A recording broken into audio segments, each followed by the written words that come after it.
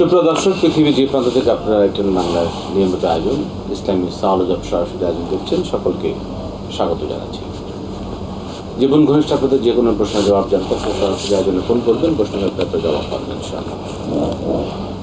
আমি আছি আপনাদের সাথে তারিক এম ফিরোজ। আমাদের সাথে হাতে উপস্থিত আছেন শেখ শাহ ওয়ালিউল্লাহ হাফিজাহুল্লাহ।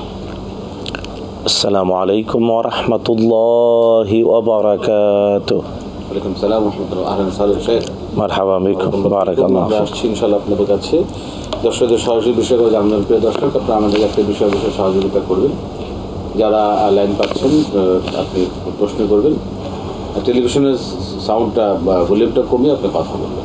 আমরা যাবো প্রশ্নে, যে প্রশ্নটা সে শুরু করতে পারি মোহতারাম, সেটা হচ্ছে যে আমাদের এই রমজান পরবর্তী যে এই শাওয়ালের যে 6টি রোজার, এই রোজার ফজিলত সম্পর্কে যদি আমাদেরকে বলতে নাই, গুরুত্ব সম্পর্কে। আলহামদুলিল্লাহ ওয়াসসালাতু ওয়াসসালামু আলা রাসূলিল্লাহি ওয়া বা'দ। আকুলু ওয়া বিল্লাহি তাওফীক। সহিহ মুসলিম বর্ণনা করেছেন বিশুদ্ধ সনদে আবু আইয়ুব আল আনসারী রাদিয়াল্লাহু তাআলা আনহু, তিনি মুহাম্মদুর রাসূলুল্লাহ সাল্লাল্লাহু তাআলা আলাইহি ওয়াসাল্লাম থেকে আমাদের শুনিয়েছেন, বিশ্বনবী সাল্লাল্লাহু আলাইহি ওয়াসাল্লাম বলেছেন, মান সামা রমাদান, যে ব্যক্তি রমাদান এর রোজা রাখলো, সুম্মা আতবাআহু সিত্তাম মিন শাওয়াল, তারপরে শাওয়াল মাসে পুরো মাসে 6টি রোজা রাখলো, রাসূলুল্লাহ সাল্লাল্লাহু আলাইহি ওয়াসাল্লাম বলছেন তাইলে সে যেন সারা বছর রোজা রাখলো। সুতরাং শাওয়ালেরই 6টি রোজা রমজানের রোজার সাথে সাথে সারা বছরের রোজার সওয়াব আমাদেরকে কনফার্ম করে, এবং এটা ব্যাখ্যা করেছেন আইম্মা মুজতাহিদিন এইভাবে। এটাও একটা হাদিস দ্বারা প্রমাণিত যে আল্লাহ তাআলা কোরআন আল কারীমে বলেছেন, মান জাআ বিল হাসানাতি ফালাহু আশরু আমসালিহা, যে একটি ভালো কাজ করে আল্লাহ তাআলা 10 গুণ সওয়াব দেন। তাই রমাদানে 30টি রোজায় 30কে 10 দিয়ে গুণ করলে 300, আর বছর চান্দ্র বছর হওয়ার জন্য 355 অথবা 56 দিন লাগে, তো আরও 55 বা 56 দিন বাকি থাকে। তো ওই যে এই দিনগুলো হয় শাওয়ালের 6টি রোজা রাখলে 6×10=60, তার মানে 360 দিন রোজা রাখার সওয়াব আল্লাহ তাআলা দান করেন, কোরআন দ্বারা প্রমাণিত। তাই সারা বছর রোজা রাখার সওয়াব। চমৎকার, অত্যন্ত ফজিলতপূর্ণ। আল্লাহ পাক আমাদের কবুল করুন। আমরা প্রশ্নে যাব। দর্শককে আছেন বলবেন। দুঃখিত, আমরা প্রশ্নটা নিতে পারলাম না। কেউ যদি মোহতারাম এই রোজাকে যদি এই বিশেষ করে এই মাসিক যে রোজা বা সাপ্তাহিক রোজার সাথে মিলিয়ে রাখে, তাহলে কি তার সাপ্তাহিক রোজা এবং শাওয়াল রোজা 2 সওয়াবকে একই সাথে পাওয়ার সুযোগ রয়েছে কিনা? হ্যাঁ, অবশ্যই। কৌশল করে ইবাদত করতে হয়, রাসূলুল্লাহ সাল্লাল্লাহু আলাইহি ওয়াসাল্লাম শিখিয়েছেন। সুন্নাহ দ্বারা প্রমাণিত এই কৌশল অবলম্বন করলে 2টা লাভ, মানে একসাথে অনেকগুলো সওয়াব হয় এবং সুন্নাহর অনুসরণ করা হয়। তাই কোনো ব্যক্তি শাওয়ালেরই 6 রোজা রাখতে গিয়ে সে যদি সোমবার, বৃহস্পতিবার এবং আইয়ামে বীদের 13, 14, 15 মিলিয়ে রাখে, তাহলে আল্লাহ তাআলা সকল সওয়াবই থাকে। চমৎকার। আমরা প্রশ্নে যাব। দর্শককে আছেন বলবেন। আসসালামু আলাইকুম।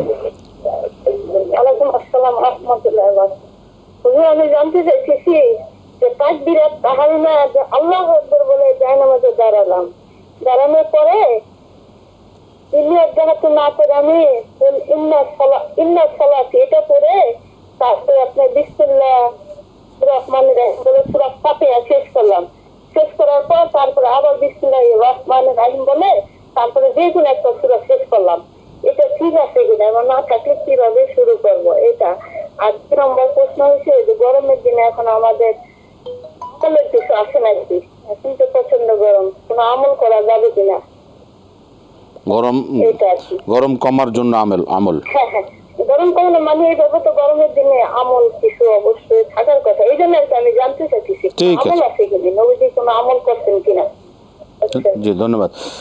নবীজি গরমে দেশে তো ছিলেন। জি শেখ, আমরা প্রশ্ন জবাব শুনবো। জি, তিনি যেভাবে বললেন তাকবীরাতুত তাহরিম বা তাকবীরে তাহরিম, আর পরে তিনি ধারাবাহিকভাবে যেভাবে বলেন এতে হবে, কোনো অসুবিধা নেই, যা শুনেছি আমি। তাকবীর তাহরিমের পরে তিনি সানা পড়বেন। হ্যাঁ, মানে সানা পড়ার আগে তিনি একটা আয়াত পড়েন, কুল ইন্না সলাতি ওয়া নুসুকি ওয়া মাহইয়ায়া ওয়া মামাতি এটাকেও সানা হিসাবে লিল্লাহি রাব্বিল আলামিন।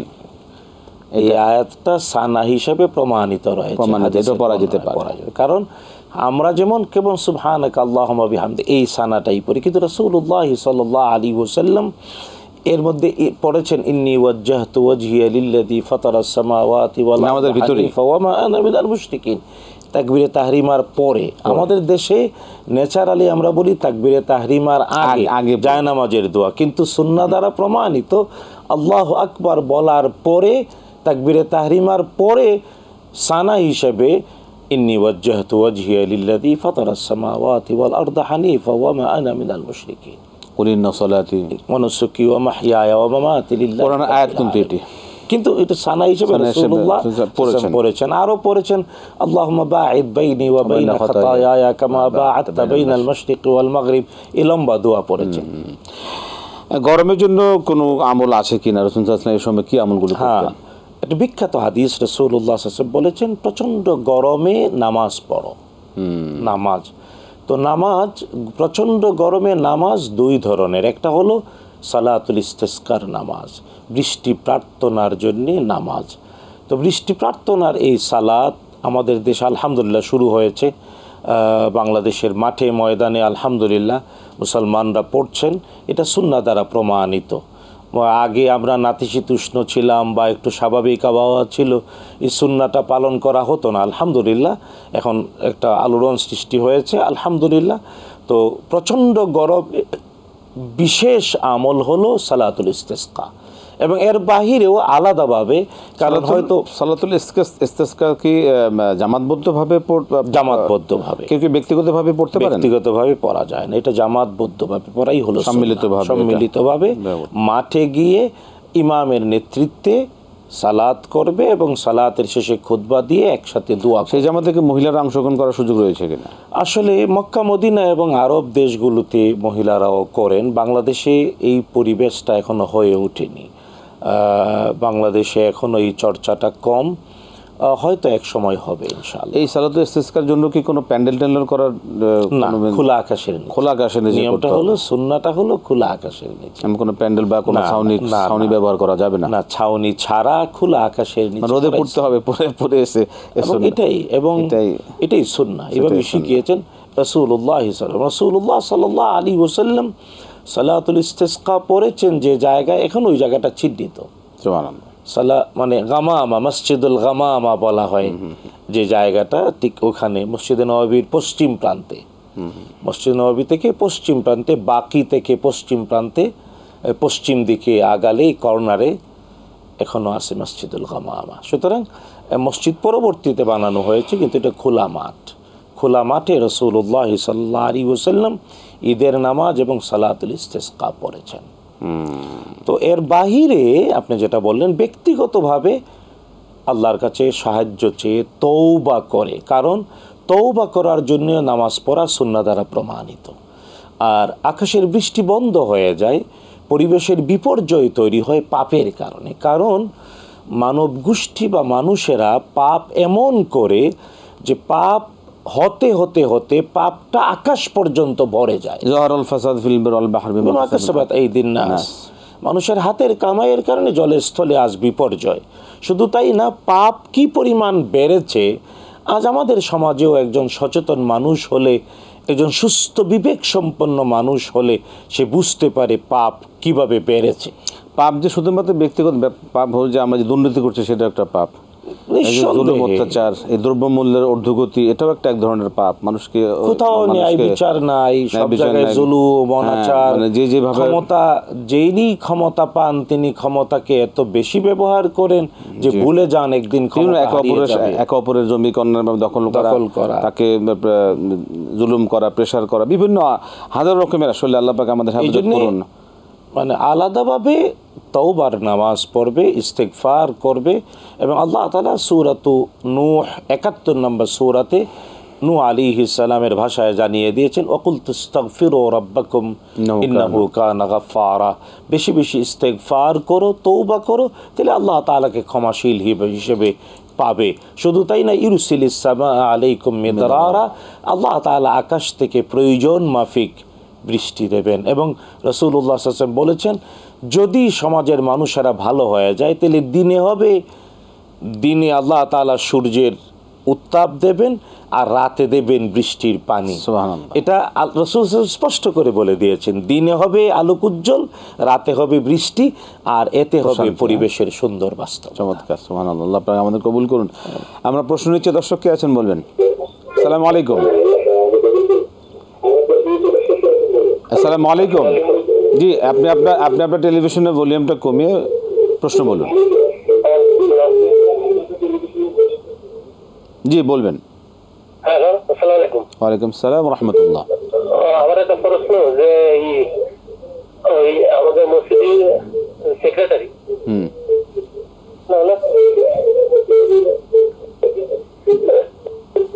জি, সেক্রেটারি সাহেব কি করলেন? জি, সেক্রেটারি সাহেব কি করলেন বলেন। আমাদের মসজিদের সেক্রেটারি নামাজে যখন দাঁড়ায় তখন একামত ভুল দেয়, কতকা মাতি সালা। আমরা এই যে ভুল একামতে নামাজ পড়ি, আমাদের কতদূর কি সহি? কত কামাতিস সালাহ, এটা ভুল কোথায় আছে? এটা কি কত কামাতিস সালাহ, এটা ভুল কতকা মাতি সালা, কতকা। কতকা মাতি সালা। ঠিক আছে জি। কেউ যদি ভুল একামত দেয় সে থেকে নামাজের কোনো ক্ষতি হবে কিনা, এটাই আমাদের প্রশ্ন আর কি। না, ব্যাপারটা হলো যে একামত দেবেন, অনেকেরই আগ্রহ থাকতেই পারে, কিন্তু একামত দেওয়ার অধিকার কার প্রথমে এটা জানা উচিত। একামত দেওয়ার অধিকার হলো মুয়াজ্জিনের অধিকার হলো একামত দেওয়ার। যিনি আজান দেন তিনি একামত দেবেন। যদি মুয়াজ্জিন স্বেচ্ছায় অনুমোদন করেন তাইলে দ্বিতীয় কেউ দিতে পারেন। এক্ষেত্রে আমাদের প্রশ্ন, যিনি একামত দেন তিনি সেক্রেটারি, বাট তিনি কি মুয়াজ্জিন? আজান কি দেন? নাহলে তো আরেকজনের অধিকার খর্ব করছেন। মুয়াজ্জিনের অধিকার, যিনি আজান দেয় তার অধিকার একামত দেবে। এটাই নিয়ম, এটা সুন্নাহ, রাসূলুল্লাহ সাল্লাল্লাহু আলাইহি ওয়াসাল্লাম শিখিয়েছেন। সুতরাং আমাদের যার যা অধিকার তা দিতে হবে। এখন তিনি সেক্রেটারি, ইয়েস, একামত দেওয়ার আগ্রহ যদি থাকে ভালো, আলহামদুলিল্লাহ, কিন্তু এই ক্ষেত্রে প্রপার চ্যানেলে আসতে হবে মুয়াজ্জিন সাহেবের অনুমতি নিয়ে। আর হ্যাঁ, যদি দেন তিনি শুদ্ধ করে দেবেন, এবং এটি ইমাম সাহেবের দায়িত্ব। ইমাম সাহেব তিনি অবশ্যই মুয়াজ্জিন বা সেক্রেটারি যেই একামত দেন শুদ্ধ করে দেবে, কারেকশন করে দেবেন, তাহলে মুক্তাদিদের ঝামেলা হতো না। এখানে দায়িত্ব পালনে ব্যর্থতা আর কি। তো এই জন্যে অনেক জায়গায় আছে, যেমন আমি আমার একটা স্মৃতি বলি। আমি বাংলাদেশের কোনো এক জায়গায় গেলাম, একটা বড় ফ্যাক্টরিতে। তো যারা মালিক পক্ষ তারা অনেক ভালো মানুষ, আলহামদুলিল্লাহ, কিন্তু আমি নামাজ পড়তে গেলাম, গিয়ে দেখি তাদের মসজিদে ইমামও ভালো, কিন্তু মুয়াজ্জিন যিনি একামত দিচ্ছেন তিনি অসুস্থ, দীর্ঘদিন মুয়াজ্জিন ছিলেন এবং দীর্ঘ অসুস্থতার কারণে বয়স্ক হয়ে গিয়েছেন, এবং তিনি হাইয়া আলাস সালাহ এবং হাইয়া আলাল ফালাহ কোনটা বলেন বোঝা যায় না। তা আমি কনফিউজড, উনি বলতেছে, তা আমার শুনতে পাচ্ছি ভুল, আমি জোরে আওয়াজ করে হাইয়া আলাস সালাহ হাইয়া আলাল ফালাহ বললাম, সবার টনক নড়ল। তো নামাজ শেষ করে আমি মালিক পক্ষ ইমামকে ডেকে বললাম, ঘটনা কি? আপনাদের এখানে এত সুন্দর ইমাম, এত সুন্দর পরিবেশ, আর মুয়াজ্জিন ওনার উচ্চারণ হচ্ছে না। তো বলতেছে, না, এটা তো উনি দীর্ঘদিন মুয়াজ্জিন, এই সম্মান করে। আমি বললাম, সম্মান এর নাম না, যে তার উচ্চারণ ঠিকমতো হচ্ছে না আপনি তাকে মুয়াজ্জিন হিসেবে রেখে দিলেন, এর নাম সম্মান। রাসূলের সুন্নাহকে দুর্বল করে আপনি মুক্তাদিদের অধিকার খর্ব করছেন, অনেক কিছু অপরাধ হচ্ছে। পরে তারা ওই মিটিংয়ে আমার সাথে কথা বলেই বলে যে ঠিক আছে, এটা তো এইভাবে ধরায় দেয়নি, সুতরাং আমরা সংশোধন হয়ে যাব। সুতরাং আমাদেরকে যিনি প্রশ্ন করেছেন তার কাছে আমি আমার বাস্তব অভিজ্ঞতা তুলে ধরে বললাম, কোথাও এমন যদি হয় তাহলে এটাকে মানে ভালোবাসার সাথে, অনুগ্রহ এবং ভালোবাসার সাথে, ঝগড়া না করে, ভুল ধরতেছি এই জন্যে না, সংশোধন করে দেওয়ার মানসিকতা, ইসলাহ এবং ইখলাসের সাথে, ইসলাহ করার জন্য ইখলাসের সাথে বিনীতভাবে বলতে হবে, পার্সোনালি। সেক্ষেত্রে নামাজের তো কোনো ক্ষতি হবে না। না, এটা সুন্নাহ। ব্যাপারটা হলো যে পরিপূর্ণ, কারণ সুন্নাহ সহ ফরজ সব ঠিকমতো আদায় করলে নামাজের পরিপূর্ণতা আসে। সুতরাং যেখানে সুন্নাহর খেলাফ হচ্ছে সেখানে তো একটা গ্যাপ থেকেই যাচ্ছে। যে আমরা একটা প্রশ্ন নিব, দর্শক কে আছেন বলবেন। আসসালামু আলাইকুম। জি, ওয়ালাইকুম সালাম, বলুন কি প্রশ্ন? ওয়ালাইকুম আসসালাম রহমতুল্লাহ। কি প্রশ্ন আপনার, বলুন। জি বলবেন, বলুন। প্রশ্নটা হলো যে আমরা যে অনেক সময় নিষিদ্ধ নামাজের নিষিদ্ধ সময় আছে, এই সময়টাতে কি কোরআন তেলাওয়াত বা ওয়াজিফা করা যাবে কিনা? নিষিদ্ধ সময় কোরআন তেলাওয়াত বা ওজিফা। আরেকটা প্রশ্ন হলো যে আমরা তওবা করি, হ্যাঁ জি, আমরা তো তওবা করি, তওবা শুধু ইস্তেগফার করলে হবে না, তওবার কোনো নফল নামাজ পড়তে হবে? তওবার জন্য কি 2 রাকাত নামাজ পড়ে নিতে হবে? তওবার জন্য নামাজ, ঠিক আছে, এখানে নামাজ রয়েছে। আর নফল রোজা রেখে ভেঙে ফেললে কি পরবর্তী করতে হবে কিনা? নফল রোজা ভেঙে ফেললে, ইচ্ছা করে ভেঙে ফেললে, তাই তো? নফল রোজা রেখে ভেঙে ফেললে হ্যাঁ সেটাই, পরবর্তী আবার করতে হবে কিনা? নফল রোজা কাজা করতে হবে কিনা। ঠিক আছে, ওয়ালাইকুম সালাম। আমরা শুনবো একটা বিরতির পরে ইনশাআল্লাহ। প্রিয় দর্শক, আপনারা দেখছেন এটিএন বাংলার নিয়মিত আয়োজন ইসলামী সাওয়াল ও জবাব, সরাসরি আয়োজন। সময় হলো একটি ছোট্ট বিরতি নিয়ে, এবার ফিরছি বিরতির পর আবার ইনশাআল্লাহ আপনাদের সাথে এই সরাসরি আয়োজনে।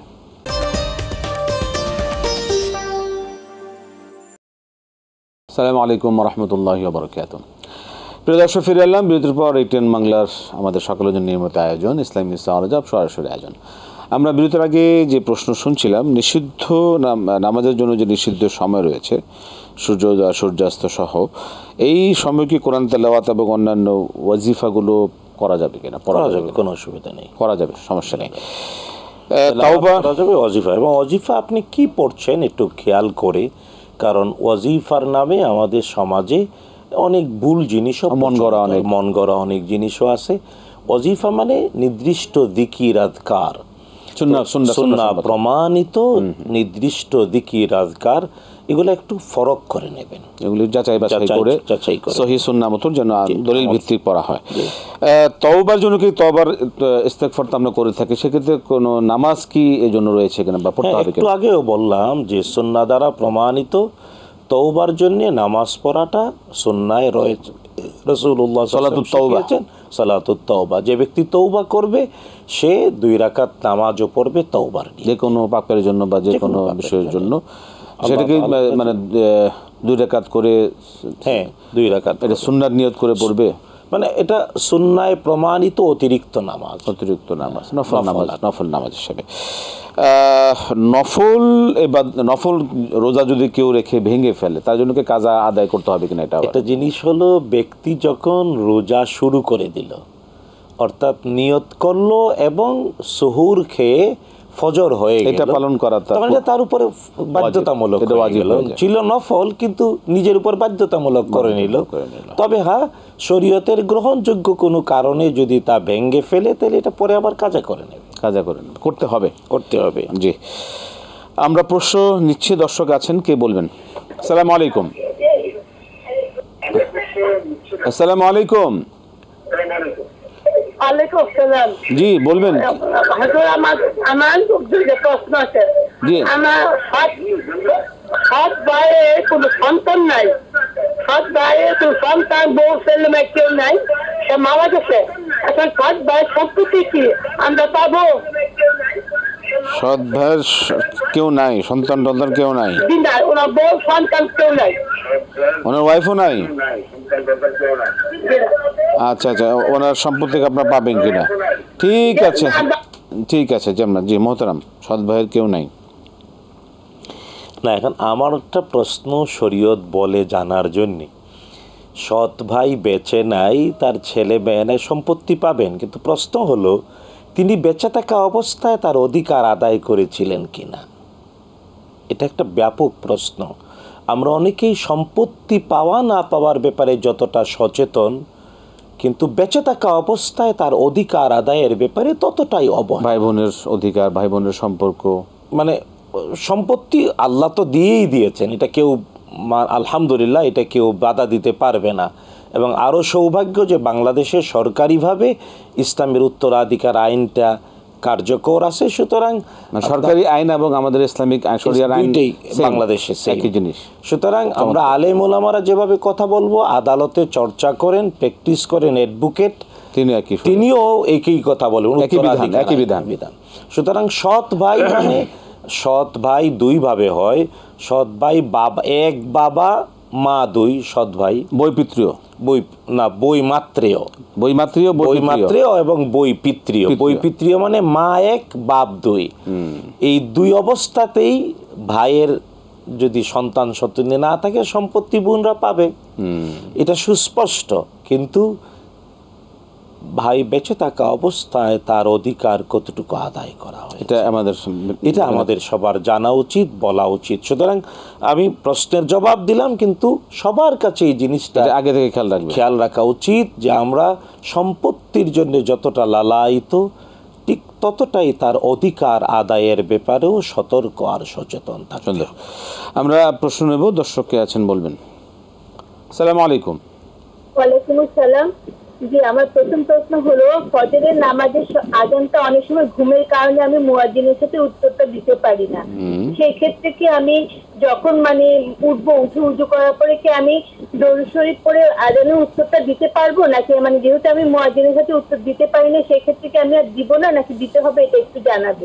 আচ্ছা। আর অনেক সময় দেখা যায় যে অন্যান্য সময় ওয়াশরুমে থাকলে আজানের উত্তরটা দিতে পারি না, সেই ক্ষেত্রে কি পরে দিয়ে আমি দরুদ শরীফ পড়ে উত্তরটা দেওয়া যাবে কিনা, এটা একটু বলবেন। আর আরেকটা প্রশ্ন হলো, আমরা আল্লাহুম্মা আজিরনি মিনান নার এবং আল্লাহুম্মা ইন্নী আসআলুকাল জান্নাহ ফজরের নামাজের পরে এবং মাগরিবের নামাজের পরে 7 বার করে পড়বো, নাকি 3 বার করে পড়বো, এটা একটু বলবেন। ঠিক। আসসালামু আলাইকুম। ওয়ালাইকুম আসসালাম। আজানের উত্তর না, ব্যাপারটা হলো যে স্পষ্ট রাসূলুল্লাহ সাল্লাল্লাহু আলাইহি ওয়াসাল্লাম বলেছেন, মান সামিআন নিদা, আজান শুনলেই জবাব দিতে হয়। শোনা অবস্থায় যদি আজানের জবাব দুইভাবে দিতে হয়, একটা সুন্নাহ আর একটা ওয়াজিব। সুন্নাহ হলো মুয়াজ্জিন যা বলে মুখে মুখে শুনে শুনে তার জবাব দেয়া, রিপিট করা শব্দগুলি। এটা আজান শেষ হয়ে গেল, আমি আজান শুনতে পেলাম না, তাইলে আর জবাব দেয়া লাগবে না, ওই সুন্নাহ জবাবটা দেওয়ার সুযোগ নাই। কিন্তু আজানের যে জবাব দেয়াটা ওয়াজিব, তা হলো জামাতের সাথে নামাজ আদায় করা। এটা যারা মসজিদে যাওয়ার সুযোগ রয়েছে, না মসজিদে যদি যেতে না পারে ঘরে জামাত পড়বে, মহিলারা জামাতে নামাজ পড়াটা হলো ওয়াজিব। আর আজান শোনা অবস্থায় মুয়াজ্জিন দিচ্ছেন তখন জবাব দেয়া। সেক্ষেত্রে যে আমি দর্শক বলে টয়লেটে আছেন, তখন তো আর টয়লেটে জবাব দেবেন না, সেটাকে পরে দিতে হবে কিনা? না, পরে দেওয়া লাগবে না। ফজরের সালাতের পরে যে দুটি দোয়ার কথা বললে, আল্লাহুম্মা ইন্নী আসআলুকাল জান্নাহ, আসলে আল্লাহুম্মা ইন্নী আসআলুকাল জান্নাহ ওয়া নাউযু বিকা মিনান নার, এই যে দোয়া, এটা 7 বার বা 3 বার, আসলে একাধিকবার পড়া, এটাই হলো সুন্নায় প্রমাণিত। একাধিকবার পড়া, এই ক্ষেত্রে বেদউন শব্দটা 3 থেকে 9, 6, 7 বেজুর পর্যন্ত, তো সিঙ্গেল ডিজিট বেজুর 3-এও হয়, 1-এও হয়। তো 1-এর চেয়ে 3 পড়তে গিয়ে বেশি, অথবা 5 অথবা 7, বিষয় বারবার বলাটাই উত্তম। সেক্ষেত্রে যে সালাতের যে তাসবিহ, এটা কি বেজোর করাটা কোন বাধ্যতামূলক? বেজোর করাটা সুন্নাহ। জি, আমরা প্রশ্ন নিচ্ছি, দর্শক কে আছেন বলবেন। আসসালামু আলাইকুম। ওয়ালাইকুম আসসালাম। আমার নাম আসাদুল্লাহ, ঢাকা থেকে বলছি। বলেন আসাদুল্লাহ সাহেব। জি আসাদুল্লাহ সাহেব বলবেন, কি প্রশ্ন? প্রশ্ন হচ্ছে হলে, এই যে জুম্মার দিনে যে মনে করেন 2 রাকাত হতে হলে সুন্নাহ করে বসতে হয়, অনেক জায়গায় দেখা যায় যে জুম্মা পড়তে এই 2 রাকাত সুন্নাত পড়তে গেলে ওই হুজুরে হোক কিংবা ইমাম যারাই হোক, মুসল্লি সবাই নিষেধ করে। এটা কি সুন্নাহ বিরোধী নাকি সুন্নাহ সম্মত? আর হতে হলে আরেকটা আমি কথা শুনছি যে 3 বার বলে হতে হলে উমরা করলে 1 বার বলে হজের সমপরিমাণ সওয়াব পাওয়া যায়, এটা একটু ভালো করে বলবেন। 3 বার উমরা করলে 1 বার হজের সওয়াব পাওয়া যায়। আচ্ছা, আসসালামু আলাইকুম। আচ্ছা, ঠিক আছে, 1 বার হজ। ধন্যবাদ মোহতারাম। না, আসলে জুমার দিন বলতেই না, যে কোনো সময় ব্যক্তি যখন মসজিদে ঢুকবেন, মসজিদে ঢুকে যদি ফরজ সালাত দাঁড়িয়ে গিয়ে থাকে তাহলে ফরজে যুক্ত হবেন। আর যদি ফরজ সালাত জামাতে হচ্ছে না, এই অবস্থায় ব্যক্তি মসজিদে ঢুকলে বসবে না, বসার আগে অবশ্যই 2 রাকাত পরে বসবেন। এটা হলো 3 মাযহাব বা জমহুরের মতে এটা ওয়াজিব। হানাফি মাযহাবেও অতীতে এটার অভিমত ছিল ওয়াজিব, এবং পরবর্তীতে আমাদের সাবকন্টিনেন্টে আলেমরা বলেছেন এটা সাধারণ সুন্নাহ, ওয়াজিব আর না। কিন্তু জমহুরের মতে মসজিদে ঢুকেই 2 রাকাত নামাজ তাহিয়াতুল মসজিদটা ওয়াজিব। এখন জুমার দিনে কেউ মসজিদে ঢুকলেন, ইমাম হয়তো বাংলা বক্তৃতা করছেন বা আরবি খুতবাই দিচ্ছেন, তবুও 2 রাকাত পরে বসবে। এটা একেবারে হাদিস দ্বারা প্রমাণিত। রাসূলুল্লাহ সাল্লাল্লাহু আলাইহি ওয়াসাল্লাম খুতবা দিচ্ছিলেন, একজন ব্যক্তি ঢুকলেন, সাহাবী রাদিয়াল্লাহু আনহু, রাসূল সাল্লাল্লাহু আলাইহি ওয়াসাল্লাম খুতবা থামিয়ে দিয়ে তাকে বললেন, অমুক তুমি কি 2 রাকাত পরে বসেছো? তিনি বললেন না। নবীজি বললেন, দাঁড়াও, 2 রাকাত পড়ো, তারপরে বসো। সুতরাং রাসূলুল্লাহ সাল্লাল্লাহু আলাইহি ওয়াসাল্লামের নির্দেশ, সাহাবী রাদিয়াল্লাহু তাআলার আমল এবং বিশুদ্ধ বর্ণনা আমাদেরকে এটা করতে বলে। এখন যদি কেউ মসজিদে ঢুকে 2 রাকাত পড়তে গেলে কোনো ইমাম বা মুসল্লি বাধা দেয়, আসলে সে জানে না। সুন্নায় প্রমাণিত বিষয় নিয়ে বাড়াবাড়ি করা, অথবা কেউ আল্লাহর ঘরে আল্লাহকে সেজদা দেবে, বাধা দেবে, এটা অনেক বড় বদবখতি। আল্লাহ এটা সবচেয়ে বড় জালেমের পরিচয়। আল্লাহ হেদায়েত নসিব করুন। হ্যাঁ, 3 বার উমরা করলে 1 বার হজের সওয়াব না, 3 বার উমরা করলে 1 বার হজের সওয়াব না, বরং 1 বার উমরা করলেই হজের সওয়াব। শুধু তাই না, রাসূলুল্লাহ সাল্লাল্লাহু আলাইহি ওয়াসাল্লামের সাথে হজ করার সওয়াব, শর্ত হলো রমজানে। সুতরাং এটা একেবারে বিশুদ্ধ প্রমাণিত। আল্লাহ তাআলা হাবিব সাল্লাল্লাহু আলাইহি ওয়াসাল্লাম জানিয়ে দিয়েছেন, রমজান মাসে যদি কেউ একটা উমরা করে তাহলে সেজন্য হজের সওয়াব অথবা রাসূলুল্লাহ সাল্লাল্লাহু তাআলা আলাইহি ওয়াসাল্লামের সাথে হজের সওয়াব। সুতরাং আলাদাভাবে 3 উমরা করলে 1 হজের সওয়াব, এটা কোথাও নাই। এটা বর্ণনা ঠিক নয়। আমরা প্রশ্ন নেব, দর্শক বলবেন। আসসালামু আলাইকুম। ওয়ালাইকুম আসসালাম।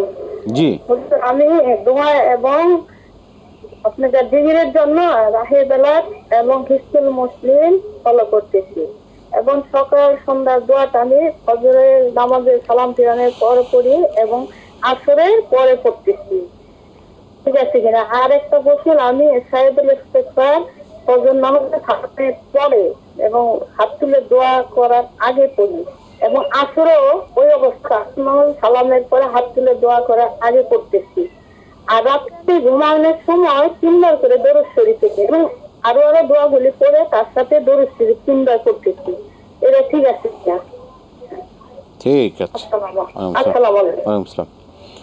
মোহতারাম, যেভাবে আমল করছেন ঠিক আছে। প্রথম হলো যে সকাল সন্ধ্যার আমল হিজতুল মুসলিম, এবং তিনি আরও বিশুদ্ধ বিশুদ্ধ বর্ণনাগুলোর অনুকূলে তিনি বাদ ফজর এবং বাদ আসর করেন, এটা প্রমাণিত, কোনো অসুবিধা নেই। এবং দ্বিতীয় যে তিনি বললেন সাইয়্যিদুল ইস্তেগফার পড়েন, আরও কিছু আমল করেন, করতেই পারেন, তবে যেভাবে বললেন তিনি, এতে কোনো অসুবিধা নেই।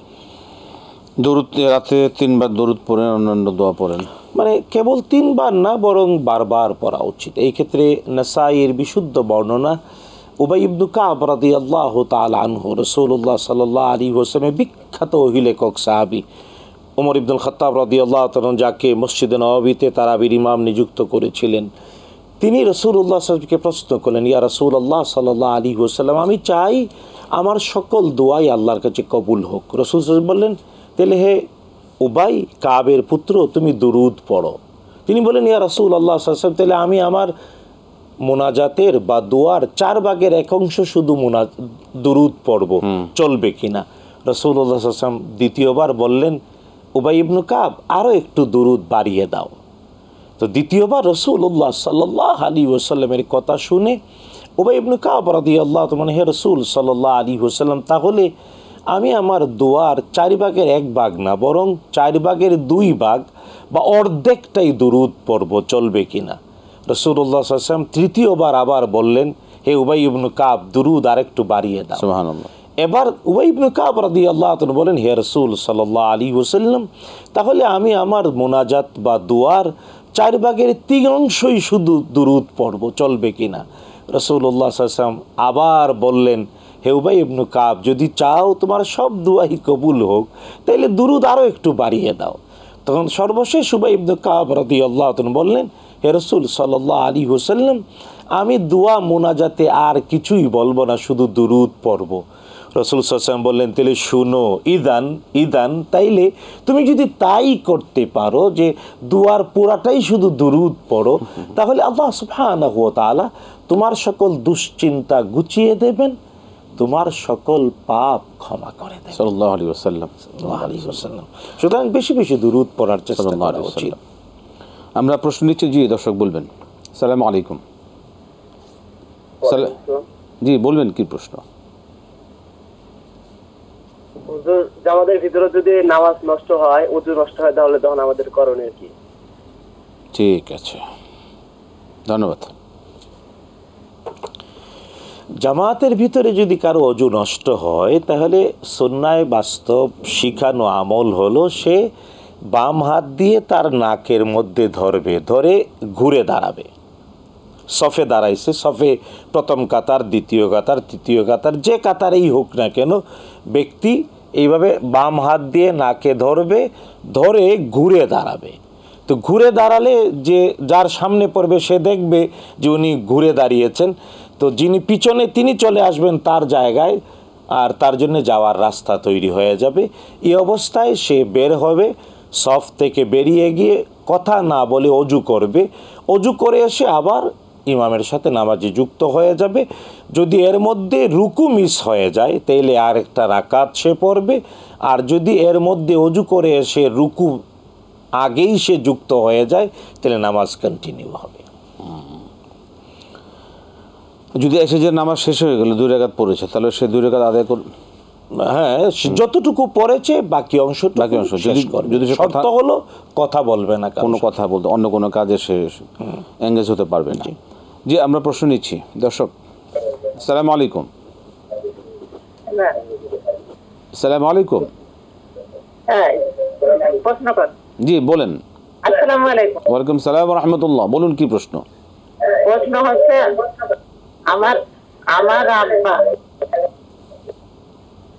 আব্বা হচ্ছে, আপনার টেলিভিশনের ভলিউমটা কমিয়ে একটু কথা বলুন।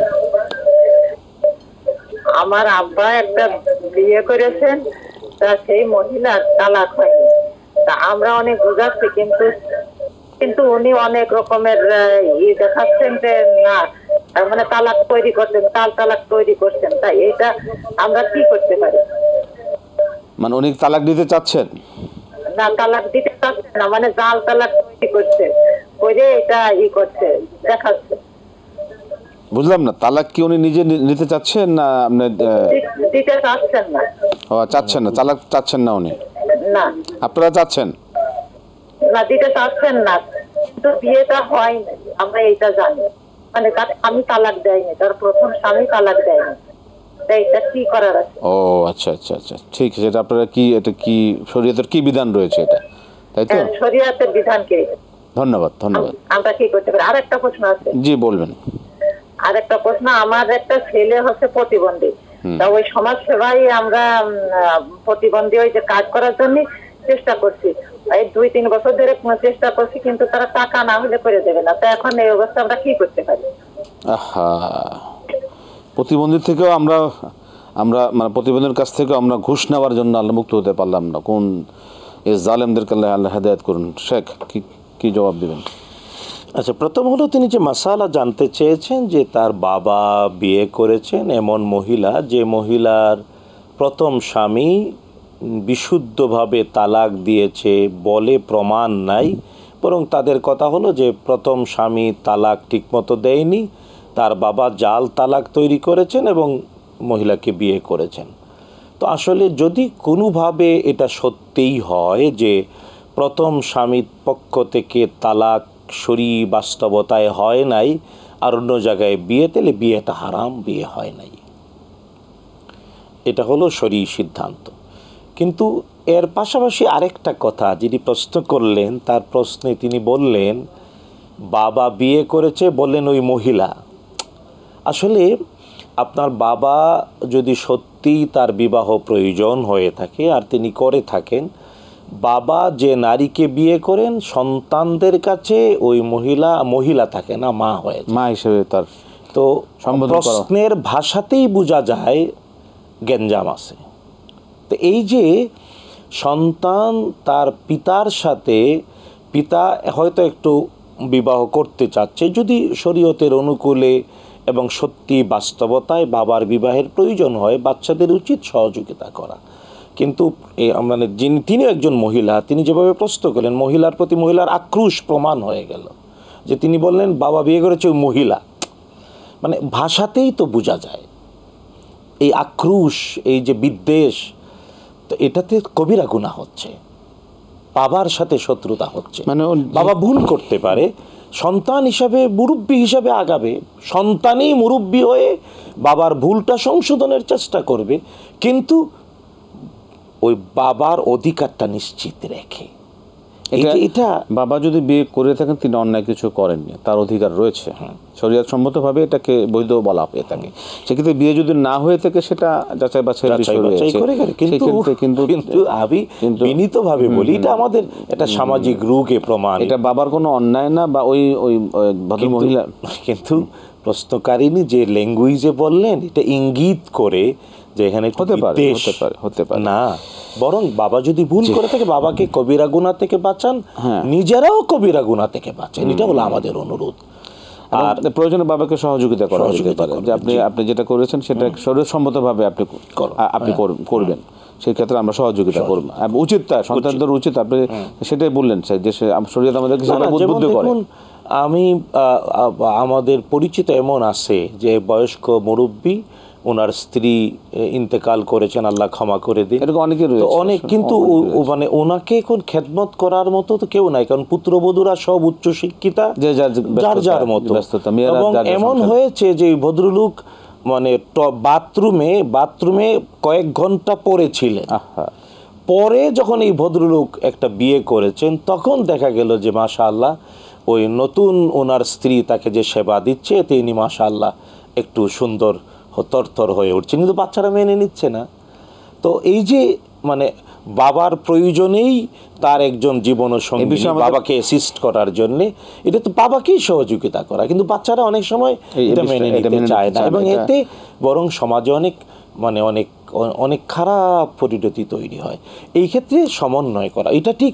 তবে আবার অনেকে আছেন যে, এটাও দুর্ভাগ্য, আমি দেখেছি যে প্রথম স্ত্রী মারা যাওয়ার পরে দ্বিতীয় বিয়ে করেছেন, কিন্তু তিনি দ্বিতীয় স্ত্রীকে খুশি করার জন্য প্রথম স্ত্রীর বদনাম বলেন, এটা বাচ্চারা সহ্য করতে পারে। ব্যালেন্স করা উচিত উভয় দিকে মানে ইনসাফ করা। চমৎকার। প্রতিবন্ধী সরকারি ভাতার জন্য যারা ঘুষ চাচ্ছেন, এই জালিমদের বিষয়ে কি বলবেন? শোনেন, এখন তো ব্যাপারটা বাংলাদেশে, এটা ওই যে মানে দুর্ভাগ্য বলতে হয়, বাংলাদেশে ঘুষটা এখন প্রকাশ্য হয়ে গেছে, এবং ভয়ানক যে কেবলমাত্র ক্ষমতার দাপট যাদের আছে, তারা হয়তো ঘুষ না দিয়ে কাজ করছে, আসলে যে সরকারি কর্মকর্তা যারা আছে, অনেক জায়গায় আমার কাছে অনেকে বলেছেন ক্ষমতার কাছাকাছি থাকেন, দাপটশালীদের আত্মীয় হওয়া সত্ত্বেও ঘুষ ছাড়া তাদের কাজও হয় না। আমাদের সময় শেষ পর্যন্ত এই ক্ষেত্রে মানে করতে পারেন, এখন কি ঘুষ দিয়ে কি এই প্রতিবন্ধীর ভাতা তোলা জায়েজ হবে? ব্যাপারটা হলো যে ঘুষ কখন দেওয়া জায়েজ, মানে জায়েজ না, কখন অপারগ হয়ে দিতে হয়, এটা হলো যখন কারো প্রতিষ্ঠিত অধিকার, যেমন কেউ ইন্টারভিউতে ফার্স্ট হয়েছেন, অথবা বাচ্চাটা প্রতিবন্ধী, যদি কুকুরের মুখে হার না দেয়া হয়, আমি আবারও বলছি, কুকুরের মুখে হার না দিলে তার অধিকারটা দেবে না, এই ক্ষেত্রে হারাম জেনেও তার প্রতিষ্ঠিত অধিকার পাওয়ার জন্যে দিতে পারে, এটা জায়েজ না, বরং এটা হারাম জেনে পরিস্থিতির শিকার, বদদুয়া করবে আল্লাহ, এটা করা যেতে পারে। আল্লাহ তাদেরকে হেদায়েত দান করুন। শাইখ, আপনাকে অসংখ্য ধন্যবাদ। বারাকাল্লাহু ফিক, জাযাকাল্লাহু আহসানাত, মাশাআল্লাহ। আমরা অনেকগুলো বিষয়ে অবগত হলাম কোরআন সুন্নাহর আলোকে। প্রিয় দর্শক, আপনাদেরকে আন্তরিক মোবারকবাদ জানাচ্ছি। শেষ করছি আজকের আয়োজন। আসসালামু আলাইকুম ওয়া রাহমাতুল্লাহি ওয়া বারাকাতুহু।